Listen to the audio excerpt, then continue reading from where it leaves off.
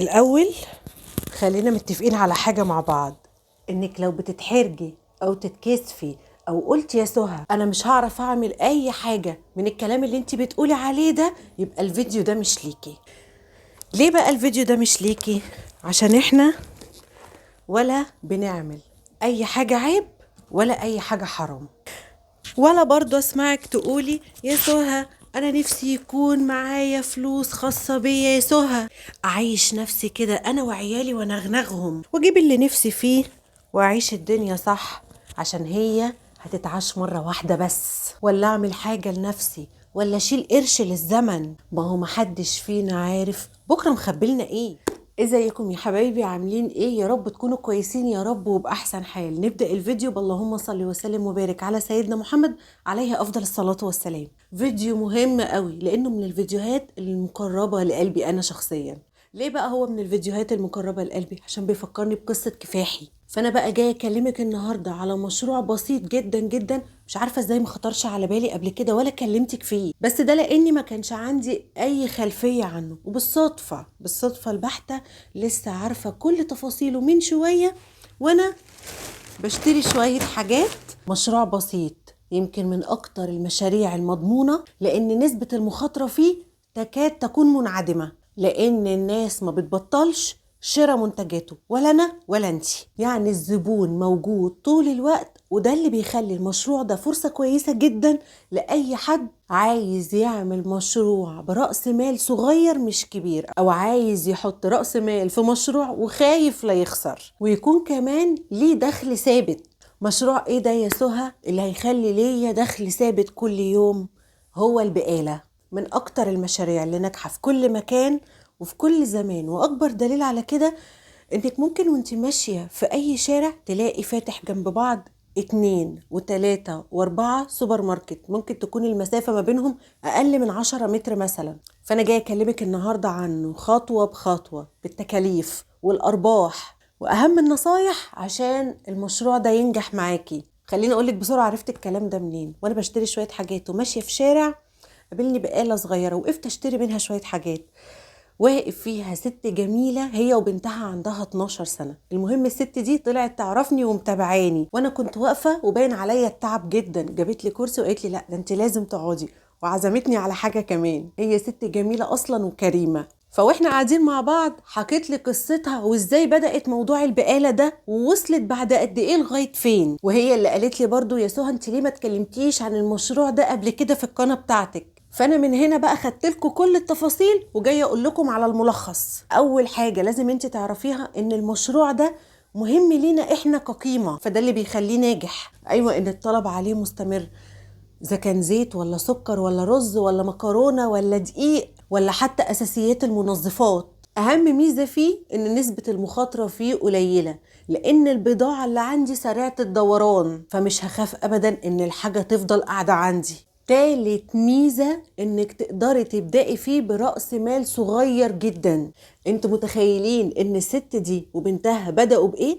بدأوا بترابيزة قبل ما ياخدوا المحل الصغير ده قدام باب بيتهم، وحطوا كرسيين وفرشوا على الترابيزة دي شوية حاجات وشوية حاجات تاني جنبهم في الأرض. ده انت خدي كمان المفاجأة الأكبر، قالت لي ده أنا بادئة المشروع ده ب1000 جنيه، اللي هو كانت بتجيب من الأساسيات حاجتين وتلاتة، ومع الوقت بقت بتزود في البضاعة لما الجيران هم اللي بقوا يطلبوا منها تجيب كذا عشان هم بيحتاجوه. وعلى لسان الست دي قالت لي أحلى حاجة فيه إن أنا بيدخل لي فلوس كل يوم، يعني ما بشيلش هم إن أنا ممكن أنزل ويا بعت يا ما بعتش. والميزة دي في حد ذاتها تحسسني أنا كصاحب مشروع بالأمان، يعني مشروع كده مرن أقدر أنا أتحكم فيه على قد الميزانية بتاعتي. يعني من أول ترابيزة في الشارع، وبعد كده شباكهم اللي في الأرض فتحوه وحطوا في الأوضة دي شوية حاجات، وبعد كده قفلوا الأوضة وفتحوها محل. دي قالت لي كمان إن لو كان مدخل البيت أوسع شوية ما كانتش احتاجت إن هي تفتح الأوضة دي على الشارع. ست بسيطة ولا عندها خبرة ولا عندها مهارة، وإمكانياتها على قدها جدا. بعد ما جوزها توفى قررت إن هي تفتح مشروع صغير تعرف تصرف منه على نفسها وعلى بنتها الأخيرة. فاحتياج الناس هنا للمشروع ده خلاه بالنسبة لها بقى أساسي، مش موضوع رفاهية أو يومين وراحوا لحالهم. لكن من وجهة نظري أنا ان عمود المشروع ده هو الموقع. ممكن تعملي محل كبير مجهز بأحسن التجهيزات ومليان بضاعة على عينه، لكن لو المكان غلط المشروع كله بيفشل. يبقى في حاجتين لازم هفكر فيهم لما اجي اختار المكان. يا اما هختار شارع في ناس كتير، في زحمة، في ناس رايحة وجاية، او لو السوبر ماركت هيكون في شارع جانبي يبقى على الاقل اقرب بقالة للشارع ده تكون ما بينها وما بين الشارع 50 متر على الأقل. فهنا أنا هشتغل على احتياجات الشارع اللي أنا موجودة فيه، فهكون مضطرة أبدأ بحاجات بس صغننة شوية، اللي هو الست اللي اتزنقت في طلب ومحتاجة ضروري، هتبعت ابنها الصغير ياخد من عندك نص كيلو رز مكعب ماجي، كيس ملح، كيس صلصة، الحاجات اللي أي ست لو ما لقيتهاش في بيتها هتكون محتاجاها في التو واللحظة.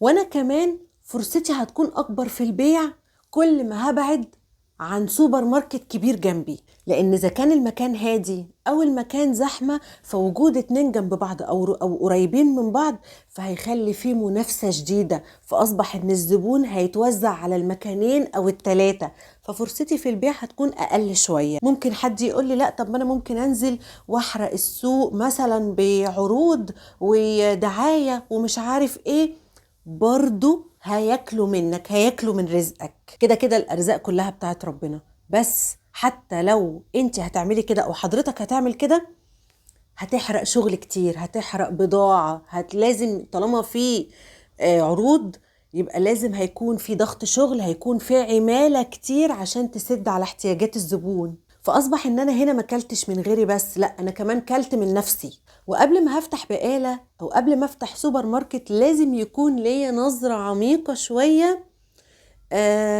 لسكان المنطقة. هل هي أهالي وعائلات، ولا مثلا فيها مغتربين أو عمال أو عزاب، ولا طلبة مثلا؟ لأن لو فئة الطلبة والمغتربين والعمال دي موجودة أكتر في المنطقة يبقى هنا اعتمادي أكتر هيكون على المعلبات اللي هي تونة، مثلا البيف، الاندومي، الشيبسي، اكياس العيش الجاهزة. انما الاسر تركيزها طبعا هيكون على الزيت، السكر، السمنة، الرز، المكرونات، التوابل، الحاجات اللي بتحتاجها اي ست بيت. فلازم هنا وضروري اظبط بضاعتي انا بعد ما استهدف الزبون بتاعي. لما تيجي تختاري محل حاولي يكون جنبه مثلا محطة مترو، محل خضري كبير جنبه فرن عيش مثلا والناس رايحة جاية تشتري منها، او يكون المحل ده في نص شارع سوق تجاري. المكان اللي فيه رجل كتير، المكان اللي فيه حركة وفيه ناس رايحة وجاية هو اللي هيضمن لي نسبة مبيعات كويسة. ما ينفعش برضه اكون هبدأ بداية بسيطة اللي هو هحط باكوين شاي على ازازتين زيت على كيسين شيبسي على شوية حاجات بسيطة كده واروح اختار محل ايجاره عالي وافتكر ان شوية الحاجات دي هتسد ايجار المحل وتسد احتياجاتي وتدخل لي مكسب. مفيش الكلام ده. ولو هبدأ بمكان صغير وكام حاجة فيه بسيطة لازم اخلي المحل شكله منظم، والحاجات البسيطة دي ابرزها واخليها واضحة ان اي حد رايح وجاي يلمح الحاجات اللي عندي، وده هيكون باضاءة كويسة تكون موجودة في المكان. يعني ممكن في البداية استندات بسيطة خالص ارص عليها الحاجة اللي موجودة عندي، وفي واجهة المحل ترابيزة صغيرة حط عليها عينات من الحاجة اللي موجودة جوه، وفي ركن تاني شوية حاجات للأطفال الصغيرة. ضمن الحاجات برضو اللي لاحظتها عند الست دي ان هي حاطة تلاجة، حاطة فيها المشروبات الغازية يعني، بس تلاجة بيت، تلاجة اللي هي القديمة اللي هي 10 قدم تقريبا دي، حاطة فيها الحاجات الغازية، المياه الغازية، بس حاطة ازازة واحدة بره على الستاند عشان التلاجة البيتي بتبقى مقفولة ما بتبقاش مكشوفة زي التلاجات العادية التانية. فهي حاطة عينة عشان تعرف الناس ان الحاجة دي موجودة عندها جوه. ده اللي خلاني انا وانا ماشية بالصدفة فعلا فهمت ان الست دي عندها مثلا بيبسي ولا كولا ولا الكلام ده. وقدام الترابيزة دي حتى كراتين الشيبسي والبوزو والكلام، الحاجات اللي هي بتاعت الاطفال دي. محل بسيط خالص، هي اوضة صغننة خالص بسيطة، بس سبحان الله مبهجة وكل حاجة فيها باينة، برغم اعتمادها على حاجات بسيطة الى اني حسيت ان هي مش ناقصها اي حاجة، او ان انا ممكن لو انا موجودة في الشارع ده واتزنقت اعرف اجيب من عندها اي حاجة ناقصاني. ففرصتك لو بتفكري في مشروع وعايزة تبدأي دلوقتي من غير تلاجات او من غير امكانيات كبيرة، تقدري انت تبدأي فيه من دلوقتي. مش هتحتاجي اكتر من ميزان بس يكون عندك، ولو حتى جبتي مشروبات غازية، الازايز البلاستيك هتحطيها بره التلاجة عادي لاننا في شتاء. وربنا يكرمك ان شاء الله من الموضوع ده، وتقدري على اول الصيف تجيبي لك تلاجة بسيطة صغيرة. ابدأي بحاجات بسيطة بس خلي فيها تنوع. كل ما يكون عندي حاجات كتير كل ما هجذب زبون اكتر، حتى لو من كل نوع هجيب كميات قليلة. وعشان حاجتي تتباع باستمرار وخلي يكون في ايدي مكسب على طول، اركز اكتر على الحاجات الاساسية اللي هي الزيت والرز والمكرونة والسكر والشاي والبن. من بعدها تيجي المنتجات اليومية السريعة زي اللبن، زي الجبن، زي اكياس العيش، ممكن برضو البيض والسمنة، بجانب الملح، الماجي، اكياس الكاتشب، الدقيق، كام كيس فري مواعين، سلك مواعين، شوية حاجات حلوة بسيطة للأطفال.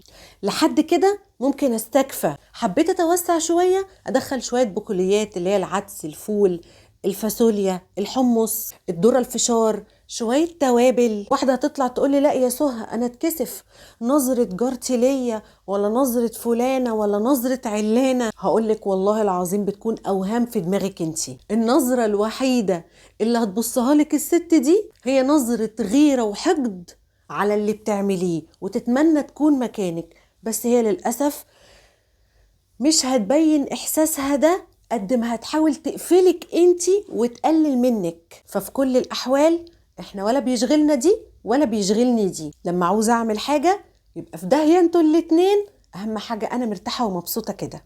لما يوصلك الإحساس اللي أنا بقولهولك ده يبقى اعرفي ان انتي كده هتنجحي. زي ما قلتلك بدأت بترابيزة بس قصاد باب بيتهم. حتى البنوتة بتقولي ده أنا باجي من المدرسة بطلع أغير وارتاح شوية وبنزل أقف شوية مكان ماما عبال ما ماما تطلع وتعمل الغدا. بصوا بجد ما شاء الله عليهم، حاجة جميلة قوي، حاجة مبهجة.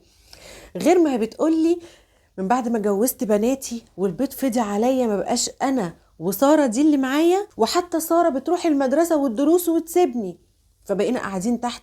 بقيت جيراني يعدوا يقعدوا معايا، بناتي لما بيجوا بعيالهم بيقعدوا معايا تحت، اخواتي بقوا بيجوا بيعدوا عليا وبيقعدوا معايا تحت. بقيت متونسة بالناس اللي رايحة وجاية عليا، وفي نفس الوقت عاملة مشروع بيدخل لها مصدر رزق حلو. قلت لها يا ام سارة يعني بيجازي معاكي؟ قالت لي بيجازي معايا وزي الفل. والله العظيم اللي عايزة تعمل اي حاجة بتعملها. بصي مش هقولك افتحي محل، ولا هقولك حطي ترابيزة. انت لو في شقتك ودايرة معارفك واسعة شوية، ليكي علاقة وليكي اختلاط بالناس اللي في الشارع وجيرانك اللي في البيت، لو جبتي كام حاجة انت في بيتك خصصتيها في أوضة كده على جنب وقلت يا جماعة ده أنا عندي كذا، ده أنا عندي كذا وعندي الرز وعندي المكرونة وعندي جيرانك اللي في البيت والبيت اللي جنبه والبيت اللي بعديه، لو البقالة ولا العلافة بعيدة عنكم شوية. أنا عن نفسي لو جارتي كده في نفس البيت والله أنا ما نزل بنتي ولا ابني الشارع أبدا.